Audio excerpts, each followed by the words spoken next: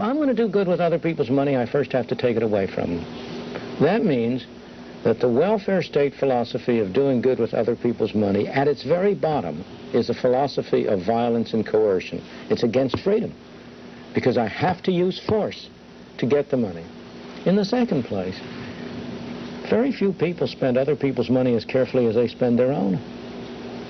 Let me take this down to the situation in New York City right now.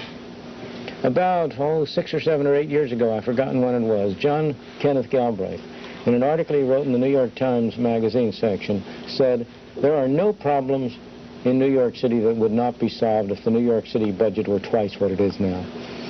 Now, the New York City budget has since then something like tripled, and all the problems are worse. Why? Because the fact is that it's a confusion to identify the city with the people. The New York City's budget is higher, but that means that the people of New York have less to spend. It's only been transferred from people individually to the city. Now, who spends the money more carefully? The city civil servants or people who are spending their own money? Now, of course, you may say to me, but when the city spends the money, it'll go for the good things, and so even half of it is wasted, it's better off. But that's nonsense. City civil servants and others are just like the rest of us. We're all of us interested in pursuing our own objectives. The label, again, on the bottle may be welfare or health or education, but you have to look at all of the places where it drops off en route to going there.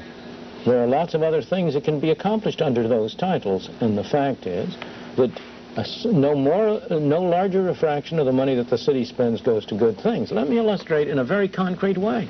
A major problem in New York City is housing. Why? Because of bad governmental policy. Rent control, which was continued in New York after World War II, in the only city in the country where it was continued, everywhere else it was dropped. It has caused enormous abandonment of houses, eroding the tax base.